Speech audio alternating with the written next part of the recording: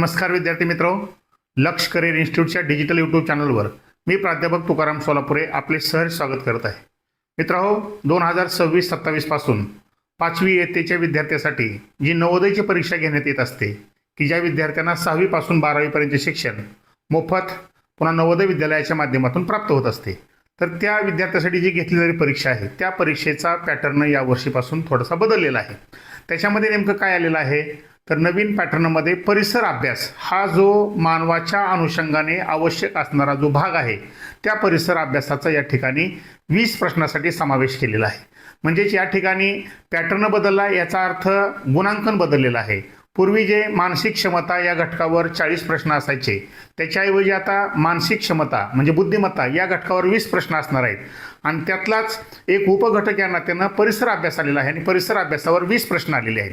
आता ह्या अभ्यासाची तयारी करत असताना पूर्वीच्या अभ्यासक्रमामध्ये आणि आजच्या अभ्यासक्रमामध्ये काय बदल असणार आहे तर पूर्वीच्या अभ्यासामध्ये फॅक्च्युलिटी जास्त होती, म्हणजे विद्यार्थ्यांना चौकटीतला अभ्यास होता, त्यामुळं अगदी आउट अबाउट मार्क पडत होते.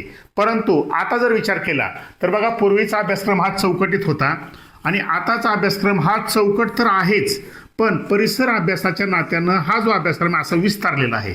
मग आता अलीकडे काय होणार आहे तर नवीन पॅटर्नमध्ये विद्यार्थ्याला जे काही 60 प्रश्न पूर्वीच्याच अभ्यासक्रमाचे आहेत, म्हणजे मानसिक क्षमतेवर 20 प्रश्न, त्याचबरोबर गणितावर 20 प्रश्न आणि त्याचबरोबर भाषा या घटकावर 20 प्रश्न असणार आहेत. ह्या 60 प्रश्नाची तयारी करण्यासाठी जितका वेळ लागेल तितकाच वेळ आता 20 प्रश्न म्हणजे परिसर अभ्यासाचे आहेत त्या परिसर अभ्यासाच्या तयारीसाठी लागणार आहे. म्हणून या वर्षीपासून तयारी करत असणारे जे विद्यार्थी आहेत, अगदी शिक्षकांना सुद्धा आपल्याला माहिती आहे की तयारी करून घेताना परिसर अभ्यासाची तयारी करताना थोडासा कस लागणार आहे. त्याचं कारण काय आहे तर परिसर अभ्यासामध्ये त्यांनी जे 4 घटक दिलेले आहेत त्या 4 घटकामध्ये थोडका अभ्यासक्रम नाही, भरपूर कव्हर करण्याचा प्रयत्न केलेला आहे.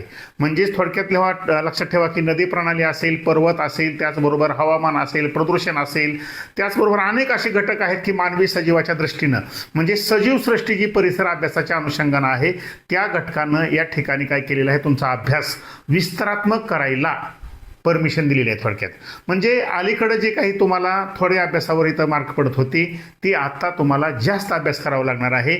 थोडक्यात मी एवढं सांगू शकतो, 3 घटकाच्या तयारीला तुम्ही जेवढा वेळ द्याल तेवढाच वेळ परिसर अभ्यासाला सुद्धा देणं गरजेचं आहे. आता परिसर अभ्यासाची तयारी करत असताना सुद्धा एक व्हिडिओ मी बघितला, त्याच्यामध्ये काय पण सांगितलं होतं की इतिहासाचे एवढे प्रश्न असतात, भूगोल अजिबात नाही. अतिशय महत्त्वाचा म्हणजे जे तुम्हाला वेबसाईटवर अभ्यासक्रम दिलेला आहे तो अभ्यासक्रम पाहणं खूप गरजेचं आहे. म्हणजे त्यामध्ये जे काही टॉपिक दिले आहेत तेवढेच टॉपिक करायचे आहेत, कारण इयत्ता 5वीच्या विद्यार्थ्यासाठी ही परीक्षा असल्यामुळं इथं जास्त विस्तारात्मक आणि खोलीचे MPSC लेवलवर, टेट लेवलवर प्रश्न नसणार आहेत. विद्यार्थ्याच्या वयामानाचा विचार करून त्याच अँगलचे प्रश्न त्या ठिकाणी विचारण्यात येणार आहेत. त्यामुळं विद्यार्थ्यांनी सुद्धा तयारी करत असताना योग्य त्या ठिकाणीच योग्य ती तयारी करणं गरजेचं आहे. अन्यथा केवळ परिसर अभ्यास या घटकामुळं आपलं या ठिकाणी काय होऊ शकतं, सिलेक्शन होऊ शकतं. त्यामुळं इथून पुढे ही तयारी करत असताना 3 घटकाला जर तुम्ही या ठिकाणी दिवसभराचा 3-4 तास वेळ देत असाल तर परिसर अभ्यासाला सुद्धा दररोज 1-2 तास वेळ देणं गरजेचं आहे. म्हणजे जो तुम्ही वेळ देत असाल त्यातला 1/3 वेळ हा परिसर अभ्यासासाठी देणं गरजेचं आहे. कारण आता पूर्वीच्या ह्याच्यामध्ये आउट अबाउट मार्क पडत होते, पण आता परिसर अभ्यासाचे 2-3 जरी प्रश्न तुम्हाला 20 पैकी नाही तरी मेरिट खूप कमी येऊ शकतं. म्हणून तयारी करत असताना परिसर अभ्यासावर सुद्धा तितकंच महत्त्व आहे आणि तितकंच लक्ष देणं गरजेचं आहे. व्हिडिओ जर आवडला असेल तर लाईक करा, शेअर करा, सबस्क्राईब करा.